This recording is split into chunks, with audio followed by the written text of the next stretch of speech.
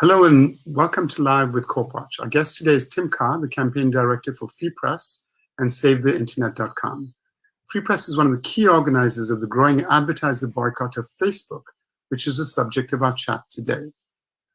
Now, given that many of you are probably watching this via Facebook, you might be thinking that distributing this interview on Facebook is a bit ironic.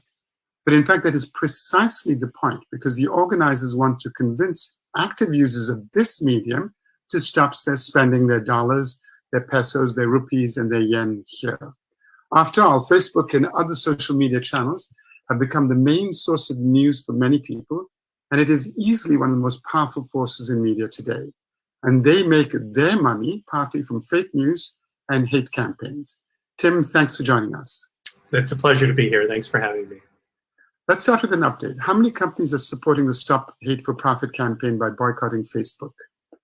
Well, the last time I checked, we had more than 1,000 companies, and this runs the gamut from very large companies to very small companies. And Facebook, advertisers take many sizes and shapes, and so we have companies like Unilever and Coca-Cola and Ford Motors Company that have joined the boycott. And what they agreed to do is to suspend or pause advertising for the month of July until Facebook meets a set of demands that the Stop Hate for Profit Coalition has put forth, a set of 10 demands. And so we're still in the midst of July. There are still new advertisers coming on board, but the last time I checked, we've got more than 1,000, and the impact has been felt. The top executives, including Mark Zuckerberg and Sheryl Sandberg at Facebook, have organized a meeting with the organizers, the groups that organized this boycott. We started a conversation. I have to say that the first meeting that we had with them was frustrating. We didn't get anything that we had asked for. They were very friendly, but were just not interested in taking our demand seriously. So we're going to continue to press forward, and we're going to continue to organize more companies to join. So I want to actually play an ad from the campaign. It's by the Anti-Defamation League, and it explains, I think, in a very succinct way, the Stop Hate for Profit campaign. So let's try and run that. And I'm going to have to remove you, Tim, so just and myself.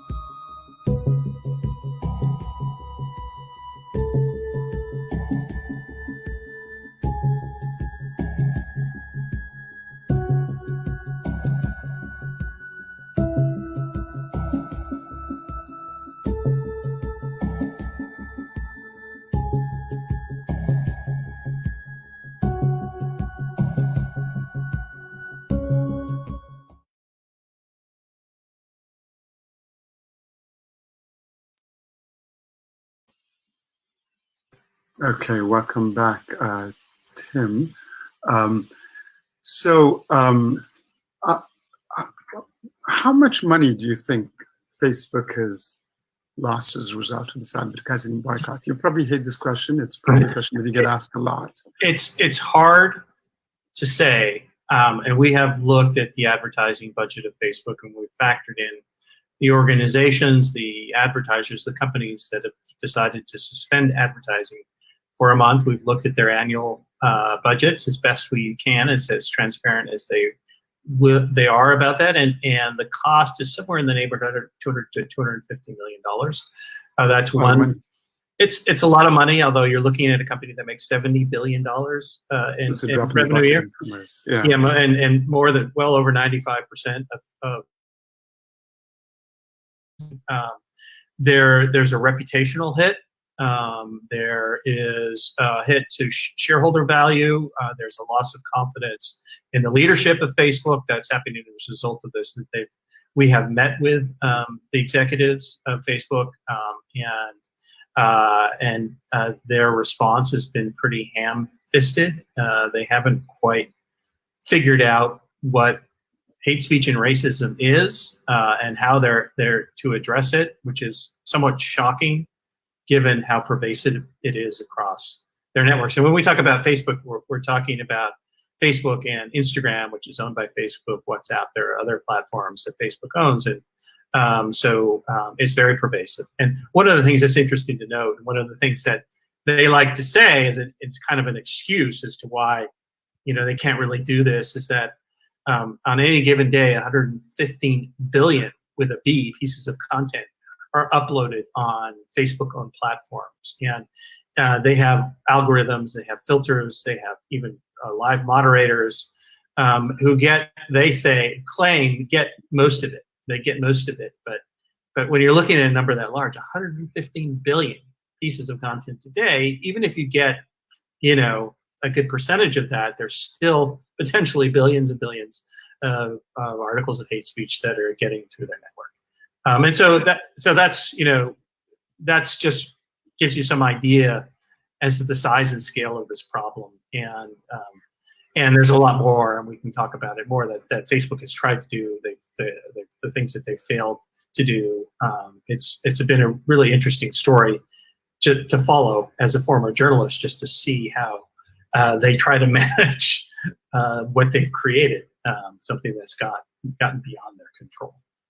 I'm glad you brought up what hate speech is, because I think for many people, in fact, this is a bit confusing. I mean, after all, speech, we believe in free speech. Shouldn't everybody be able to say whatever they want, even if it's hate speech? But of course, it's like shouting fire in the middle of a crowded theater. Everything should not be allowed to be said, because it could be very dangerous. And I thought it'd be good actually to look for a definition of that. And I found this video on the internet from the United Nations, which defines and explains the problem not just with hate speech historically, but also puts in the context of social media. So let's go ahead and play that video and see what the UN has to say.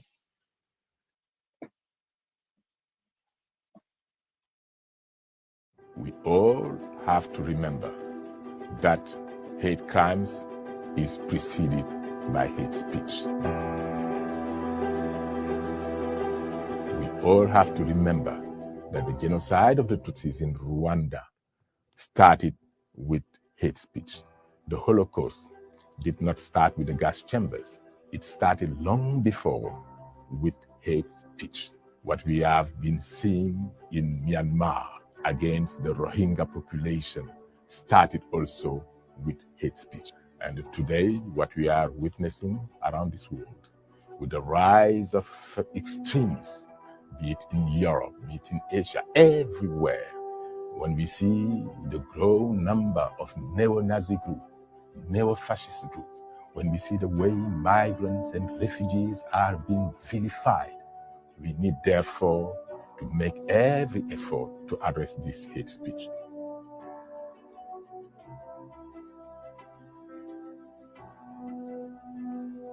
We have to bear in mind that words kill. Words kill as bullets. And that is why we need to make every effort to invest on education, to invest on the youth, so that the next generation will understand the importance of living peacefully together. We need to make every effort so that the attacks like the one we have witnessed in Sri Lanka, when churches were attacked, the one we witnessed in New Zealand, what we saw in Pittsburgh, all this has to stop.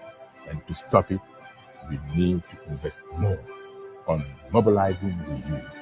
We need to use the verb to become a tool for peace, a tool for love, a tool for increasing social cohesion, harmony in our world, instead of being a tool for committing genocide, crimes against humanity.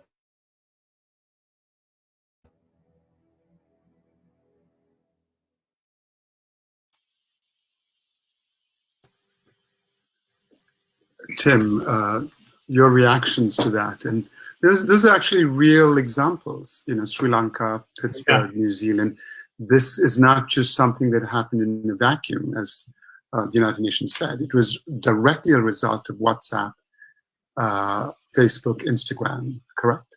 Yeah, I mean, it's interesting because while we may think that we have freedom of speech, oftentimes that freedom isn't distributed equitably. There are people who have more power, who have more speech or free speech than others. It's sort of like the George Orwell quote from Animal Farm, where some people are more equal than others. And oftentimes those who use their speech, those with the power to speak and with a platform to speak to large numbers of people, do it in ways that harms others, that actually silences others, intimidates others. Threat of harm will often silence us. So there are populations in the United States and around the world who don't have access to these types of platforms and don't have the ability to speak out on their behalf when they're being threatened by other speakers. And so oftentimes when we think about free speech, we don't think about the power equation there and who has the freedom, who doesn't, and how those with the power to speak freely oftentimes wield it as a weapon. And what has happened with Facebook, in the way that Facebook uses its engagement algorithms, and the way that divisive speech often attracts attention on Facebook, is that it's amplified hate speech in ways that's been very harmful to certain populations, some of the most vulnerable people amongst us. And the UN video that we just saw touched on that. It touched on identity issues and how oftentimes speech is weaponized. And one of the things that we didn't think about in the early days of social media, when Facebook came on board, when Google came on board, YouTube, that, you know, they would talk about these sort of pro-democratic ideals, bringing community together so people can build community, build a more democratic, decentralized society. But what we've seen in the decade or so since the beginning of a lot of these platforms is that the technology has been manipulated. It's been weaponized for the spread of hate. It's been weaponized for the spread of disinformation that we've seen being spread around a number of democratic elections around the world, not just in 2016 in the United States, but there have been other elections where we've seen disinformation that discourages people from voting, that gives them the wrong information about a given candidate. So those with power have figured out how to manipulate these platforms in ways that are ultimately not only harmful to people, which is obviously very important, but also harmful to a lot of the democratic norms in our societies. Now, you mentioned that your organization, Free Press, and other organizations like the ADL, the NAACP, Color of Change, met with Mark Zuckerberg, the CEO of Facebook, about a week ago. So in some ways that was a success because he agreed to meet with you. In other ways, I know that you guys have been very disappointed. So what happened in the meeting and what are the next steps? Are there more? Are you hoping, are there plans for other meetings? Facebook has also announced some changes. They say it's not as a result of this boycott. What's happening next in the next couple of weeks in July? Well, we've been very clear in advance of the meeting what our demands were as a coalition. We have a website. We list the demands. There are 10 demands about how they can build better racial justice infrastructure, or how they can address the spread of hate speech by changing some of the policies on their platform policies, the community standards. They came into this meeting as if they hadn't read any of that, which was insulting at the outset. They wanted to talk, whereas we wanted to hear how they were going to meet our demands. So it was very frustrating, and ultimately it became evident to us that this was more of a PR stunt, something that they could tick off the list and say, we met with the racial justice groups. Aren't we great?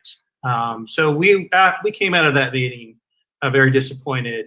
We did a lot of press. We had a press conference after that in which we expressed our disappointment with Zuckerberg. After that meeting, we reinstated our determination to continue with the boycott until they take these demands seriously. So certainly, if they want to meet again, I would imagine that we're open to doing that, but we don't want to play part in some sort of PR circus for them. We're interested in talking about our demands and learning from them precisely what they're going to do to meet them. I figured people might want to know where the campaign was, and you can give out the website. I'm running it as a ticker, actually, under us. And I think it has the address, which is, why don't you say Stop the hashtag? It's hashtag Stop Hate for Profit, and the website address is stophateforprofit.org. So I want to talk also about the deeper issue of changing the way social media works. I mean, this is a month-long campaign, but we actually need fundamental change. It's not just about stopping, putting up an algorithm that blocks hate speech and that sort of thing. There are much more fundamental changes that are needed. And some of them, you wrote an article recently for Common Dreams explaining how actually, even though only a certain amount of money is being pulled from Facebook, change is happening. So talk about that. What are the changes you want? What are the changes that are actually happening as a result of the Black Lives Matter campaign and as a result of this boycott? Well, if you were to ask me what I would like to see happen to this company that is one of the wealthiest companies in the world, that, as I said, makes $70 billion a year in revenues, is that in order for them to solve this problem, they have to look at the fundamental economics of Facebook. Now, there are other social media platforms that have similar problems. Twitter has problems. YouTube has problems. And what is happening is that they with Facebook, the revenues are driven by advertisers. Their advertising technology is so efficient because it can target advertisers based on what we're doing online. That they have massive troves of data that can group types of people into very targeted groups that then advertisers can say, I'd like people who are of this age, of this, you can determine all of these factors and very precisely target ads. And that's how they make money. That is the problem. I think there's a term out there called surveillance capitalism, which is this type of economy that whereby our data is sold to the highest bidder, so we have to look at the economics of that. We also need to look at how they prioritize content. They prioritize it by engagement, and Facebook has found through its own studies. There was a Wall Street Journal story a couple of months ago that was very revealing, that they had done a study that showed that the way they structure these algorithms and the way that they structure engagement is a way that amplifies divisive content, amplifies hateful content. They saw this tendency amongst their users to be drawn to like moths, the flame of hate speech, to the flame of disinformation, of conspiracy theories.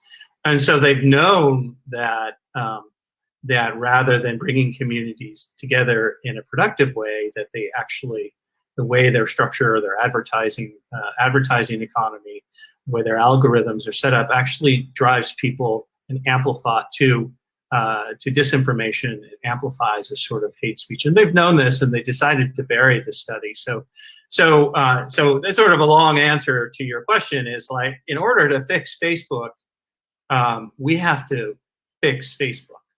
We have to bring it down to its most basic elements and restructure the economics of Facebook, and that's why Mark Zuckerberg has been so reluctant, because he's a smart guy.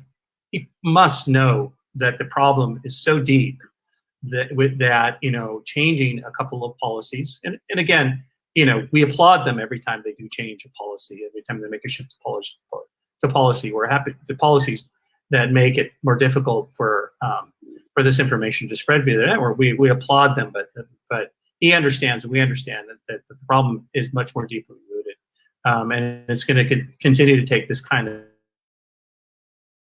we've done.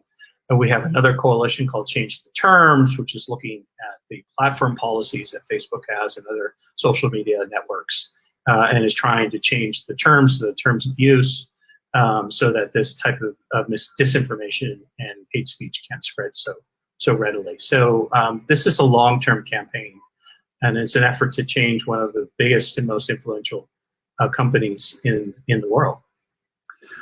There's a hearing actually coming up by the House Judiciary Committee. That's right. And they will be July 27th, so in about 10 days' time, a little more than that. And the House, the U.S. House of Congress, will have an opportunity to ask questions on these platforms. So that's probably going to be an important hearing. Yes. In what ways? Can you maybe explain what opportunities exist there? Well, in order for those hearings to go well, it requires a lot of organizing behind the scenes.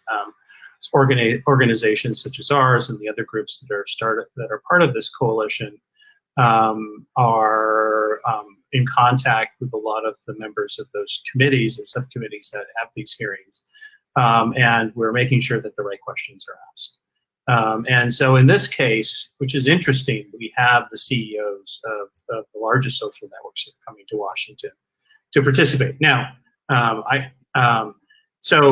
we have an opportunity to have members of Congress ask direct questions of Mark Zuckerberg and other CEOs, and the challenge is always to get the right questions in. And I think the type of questions that we're looking to see or looking to hear are ones that highlight the many failures,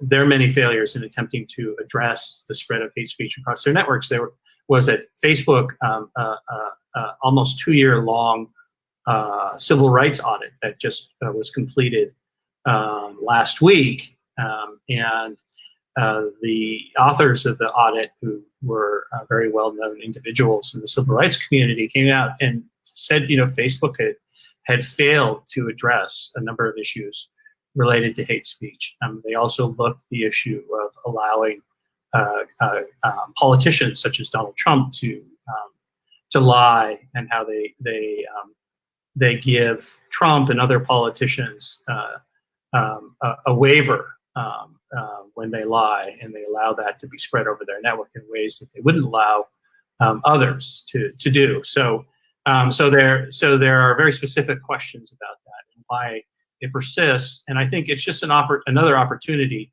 to get Mark Zuckerberg and others on the record about their failures. And the problem is oftentimes when these mistakes are shown to them, they will say, yes, we're sorry, we still have a lot of work to do. This is a common refrain. And I have a little decoder ring here on my watch, and whenever they say that, it says, well, that really means they're going to do nothing. And because that has been the case. If they don't, they will say that they will say that, yes, we've made mistakes, or mistakes have been made, and they attempt to address it, but they really don't take it seriously enough. So we have to keep pressure, not only in Congress. We have to keep advertiser pressure. We need to continue to shame them in the press. We need to organize people. We need to get people signing petitions, calling them members of Congress. There have been efforts actually to get people to erase their accounts on Facebook. But at the moment, we're looking at a network that boasts more than 2 billion people. So that would be quite an undertaking. But I think you have to pressure them on all fronts. And we're, if anything, our coalition is determined to see this through. So that's about all the time we have, but I'm just wondering one last question, which is what do you think viewers of this broadcast or ordinary citizens can do if they want to take action here? Well, what is it they can do? Presumably not spending advertising dollars, because a lot of Facebook's money actually does come from individuals and small businesses advertising, right? So that's right. What else can they do? Well, the Stop Pay for Profit Coalition is well organized. We have a lot of information on our website, and launched it. It was really targeted to the U.S. market, but we want to expand the boycott globally. So if you're someone who was from outside of the United States who's interested in participating, maybe you work for a company that advertises on Facebook. As I said, companies large and small oftentimes have ad budgets, and you can approach the relevant people within your organization to introduce them to the website, introduce them to the boycott, and encourage them to join the boycott. So, we're really at the beginning of a process. It started in the United States. It's starting to involve more global companies like Unilever and others. And so we want to continue to expand the boycott, and people can get involved in that way if they work for a company, or they can call companies in whichever country they live, and start to organize boycotts in their communities. Thanks for joining us on Live with CorpWatch. Our guest today was Tim Karr, the campaign director of Free Press and SaveTheInternet.com. Free Press is one of the key organizers of the growing advertiser boycott of Facebook, which is the subject of the chat. You can get more information at freepress.net and StopPayForProfit.com. You can see it in the little ticker below. And don't forget to click the like button below. Thank you. Thank you.